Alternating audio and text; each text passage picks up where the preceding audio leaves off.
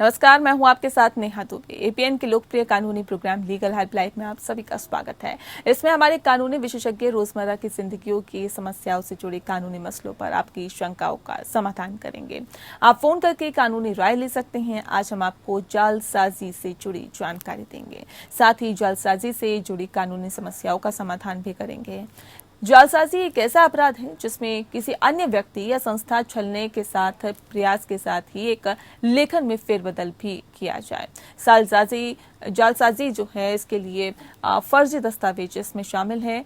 वैसे हर बदले हुए दस्तावेज या पत्र जालसाजी के भीतर नहीं आते हैं। इन दस्तावेजों के उदाहरण है सरकार द्वारा जारी पहचान पत्र जैसे आधार या पैन कार्ड, चेक, शेयर प्रमाण पत्र, पेटेंट दस्तावेज, दवा का पर्चा आदि। जालसाजी धोखाधड़ी करने के इरादे से एक झूठा दस्तावेज बनाना, उपयोग करना, बदलना या रखने से जुड़ा है। जालसाजी एक झूठे दस्तावेज का निर्माण या एक प्रामाणिक को बदलना हो सकता है। जालसाजी एक ऐसा अपराध है जिसे सभी 50 राज्यों में और आपको बता दें कि सभी राज्यों में और संघीय सरकार द्वारा एक रूप में वर्गीकृत किया गया है। जालसाजी के अपराध के कई पहलू हैं और किसी को दोषी पाए जाने से पहले सभी को सिद्ध करना चाहिए और ये सिद्ध किया जाना चाहिए कि उसके साथ जालसाजी हुई है। जालसाजी पर हमारे आज के कानूनी विशेषज्ञ अधिवक्ता अभिषेक अत्रे जानकारी देंगे। अभिषेक अत्रे जी आपको जालसाजी से जुड़े हुए तमाम कानूनी पहलुओं की जानकारी देंगे। अगर आपका भी जालसाजी से जुड़ा हुआ कोई भी सवाल है तो आप फोन करके राय ले सकते हैं। फोन लाइन्स खुल चुकी है। और अत्रे जी, बहुत स्वागत है आपका हमारे इस खास कार्यक्रम में। दरअसल सबसे पहला सवाल यही है मेरा कि जालसाजी से जुड़ी कानूनी जानकारी अगर आप लेना चाहते हैं तो आप हमें कॉल कर सकते हैं 7065013841। दूसरा नंबर हमारा है 8377009636। चलिए, अत्रे जी लगातार हमारे साथ जुड़े हुए हैं। अत्रे जी, आपसे मैं जानना चाहूंगी कि जालसाजी की कानूनी परिभाषा क्या है, पहले हमारे दर्शकों को बताइए। देखिए, जालसाजी या फोर्जरी जिसे इंग्लिश में बोलते हैं, उसे डिफाइन किया है सेक्शन 463 आईपीसी। उसके अकॉर्डिंग किसी भी डॉक्यूमेंट में, चाहे वो या इलेक्ट्रॉनिक रिकॉर्ड में, किसी भी तरह का मैनिपुलेशन जी जी जी वो जालसाजी फोर्जरी में आता है। लेकिन सिर्फ मैनिपुलेशन, कोई साइन चेंज करना, कोई कटिंग करना भी जालसाजी में आता है। ठीक है, अगर वो इम्पोर्टेंट डॉक्यूमेंट है, पब्लिक डॉक्यूमेंट, या उससे हम चीटिंग के लिए यूज करते हैं, किसी दूसरे आदमी की प्रॉपर्टी हड़पने के लिए यूज करते हैं, किसी और इस तरह के पर्पज के यूज करते हैं, तो पनिशमेंट चेंज हो जाता है। अगर सिर्फ फोर्जरी की हुई है तो वहां 1 साल तक का पनिशमेंट है। लेकिन अगर फोर्जरी की है with intention to cheat some person तो पनिशमेंट लाइफ इम्प्रिजनमेंट तक, किसी वैल्यूएबल सिक्योरिटी में की है 467 में तो लाइफ इम्प्रिजनमेंट तक जा सकता है पनिशमेंट, और किसी को चीट करने के लिए किया है तो 7 ईयर्स तक इम्प्रिजनमेंट जा सकता है। और 467 में डिफाइन किया है forgery valuable security. Valuable security means जैसे गवर्नमेंट की प्रॉपर्टीज हो गई, चेक हो गए, शेयर्स हो गए, डॉक्यूमेंट्स हो गए। चलिए अभिषेक अत्रे जी, आपसे मैं बातचीत जारी रखूंगी। इस बीच हमारे साथ एक दर्शक फोन लाइन पे जुड़ गई हैं, शिल्पा जी हैं। शिल्पा जी, बहुत स्वागत है आपका। पूछिए, क्या कुछ सवाल है आपका? शिल्पा जी, आवाज मिल पा रही है आपको?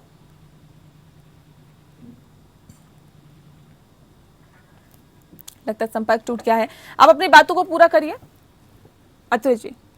हाँ, तो यही बता रहा था। और एक फ्रॉड, चीटिंग और फोर्जरी, ये देखने में एक से वर्ड्स लगते हैं, थोड़ा थोड़ा सा डिफरेंस है।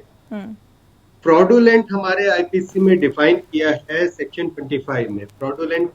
फ्रॉडुलेंटली क्या है, और फ्रॉडुलेंटली आईपीसी में लगभग 100 जगह यूज, बहुत सारे ऑफेंस है कि फ्रॉडुलेंटली ये काम होगा तो ये पनिशमेंट मिलेगा, फ्रॉडुलेंटली ये करोगे तो ये पनिशमेंट मिलेगा। फ्रॉड बेसिकली डिफाइन किया है 25 आईपीसी में कि किसी आदमी को धोखा देने के नियत से किया जाने वाला कोई भी काम। जी। और चीटिंग ये है जब डिसऑनेस्ट इंटेंशन से 415 में चीटिंग को डिफाइन किया है कि डिसऑनेस्ट इंटेंशन से किसी आदमी की प्रॉपर्टी लेने के लिए या किसी जी और इस तरह के पर्पज के लिए हम कोई ऐसा काम करते हैं, कोई डिसीव करते हैं उस आदमी को, तब वहां चीटिंग। बिल्कुल। चलिए अत्रे जी, एक बार फिर से हमारे साथ शिल्पा जी दर्शक जुड़ गई हैं। शिल्पा जी, बहुत स्वागत है आपका। पूछिए, क्या कुछ सवाल है आपका?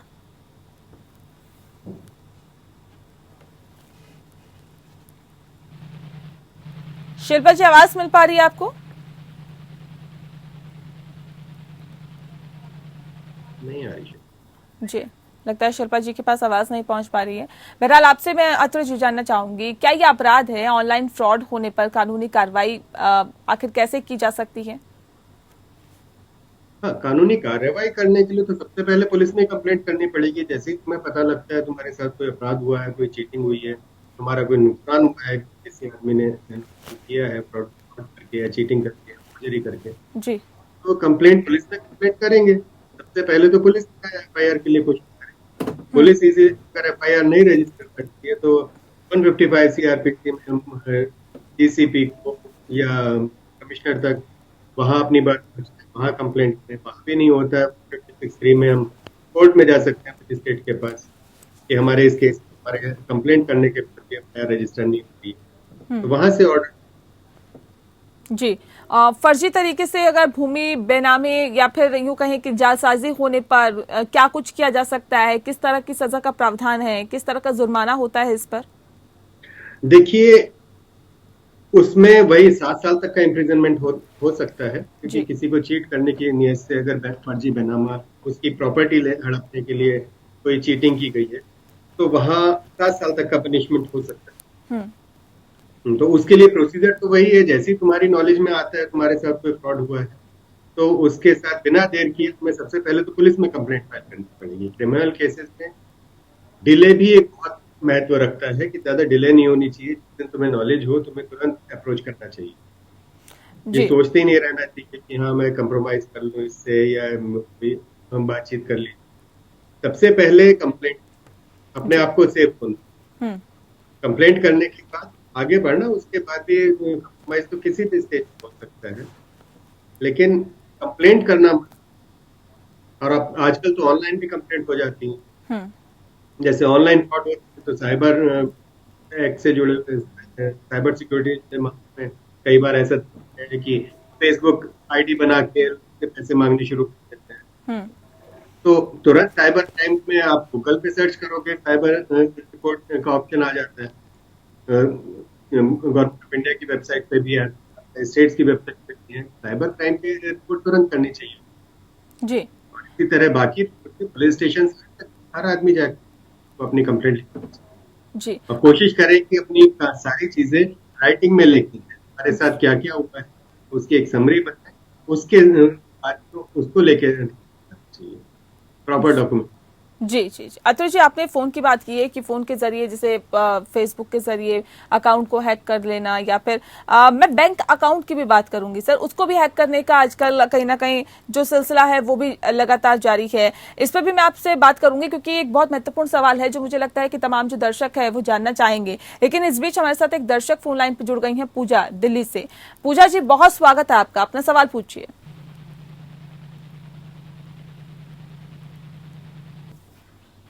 पूजा जी, आवाज मिल पा रही है आपको? चलिए, लगता है कुछ टेक्निकल फॉल्ट है जिस वजह से आवाज नहीं मिल पा रही है। तो मैं आपसे जानना चाहूंगी सर, मुझे ये बताइए कि जो फोन के जरिए भी आजकल अकाउंट हैक करने का जो सिलसिला है वो लगातार चल रहा है। ये कहा जाता है सामने कि भाई आपको एक मैसेज भेज रहे हैं, उस पर लिंक पर क्लिक करिए, उसके बाद फिर आपके अकाउंट को पूरी तरह से हैक कर लिया जाता है। ये भी क्या साइबर क्राइम में ही आता है? और इसके लिए बिल्कुल सजा का साइबर क्या क्राइम कुछ में आता प्रावधान है, है? और बिल्कुल साइबर क्राइम में आता है। और ये पनिशमेंट इसमें 7 साल से लेके लाइफ इम्प्रिजनमेंट तक हो सकता है। हम्म। अगर वैल्यूएबल सिक्योरिटी में हम कुछ कर रहे हैं। एक चीज इस पे हमें ध्यान रखनी चाहिए जब इस तरह के कॉल्स आते हैं। एक तो अपना ओटीपी जैसे हर जगह मीडिया में भी बताया जाता है, गवर्नमेंट भी बहुत एडवर्टाइज करती है, बैंक्स भी एडवर्टाइज करते हैं, सबके पास मैसेजेस भी आते हैं। अपना ओटीपी नंबर किसी को देना चाहिए और अपने हाथ समय खुले रखना चाहिए। जल्दबाजी में उनकी मोडस ऑपरेंडी होती है, वो तुम्हें इतना बहका देंगे, डरा देंगे, हाँ जल्दी कर दो जल्दी कर दो, किसी न किसी रीजन को लेके कि ताकि तुम अपना होशोहवास खो बैठो और उन्हें उठा के ये ओटीपी बता दो। और एक बार ओटीपी बताया तो मैं नहीं पता तुम्हारे अकाउंट से फिर क्या जाने।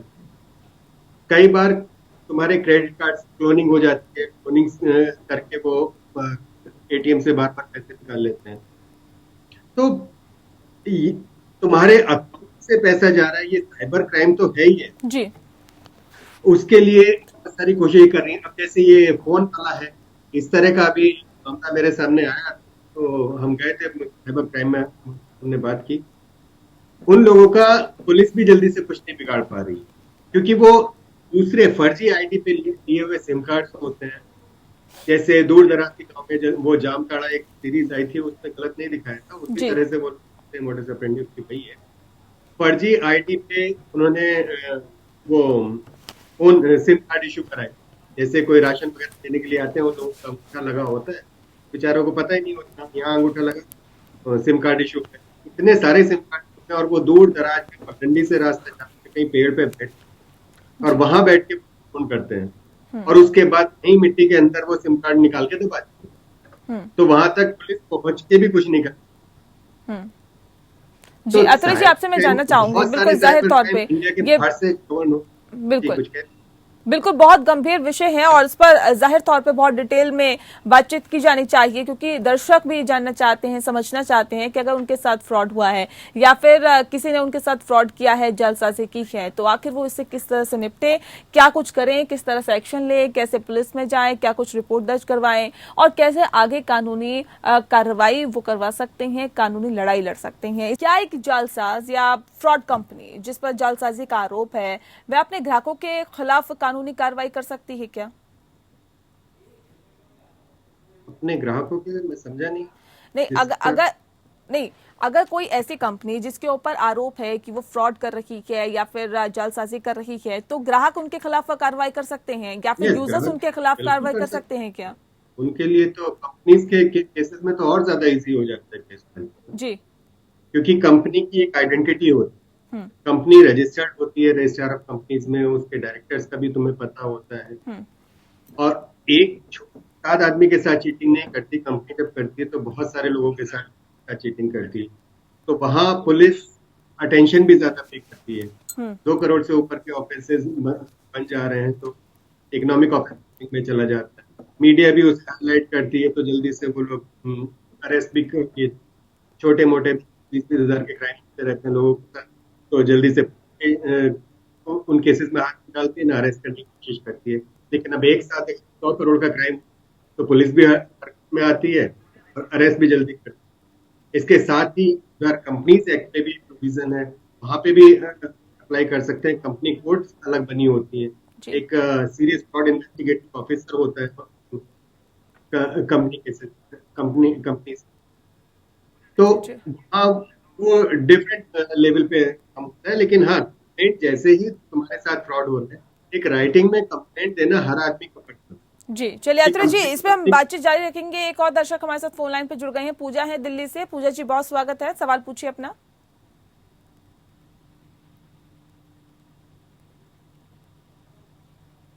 चलिए, लगता है संपर्क नहीं हो पा रहा है। राकेश जी इस वक्त हमारे साथ जुड़ गए हैं महाराष्ट्र से। राकेश जी, बहुत स्वागत है, सवाल पूछिए अपना।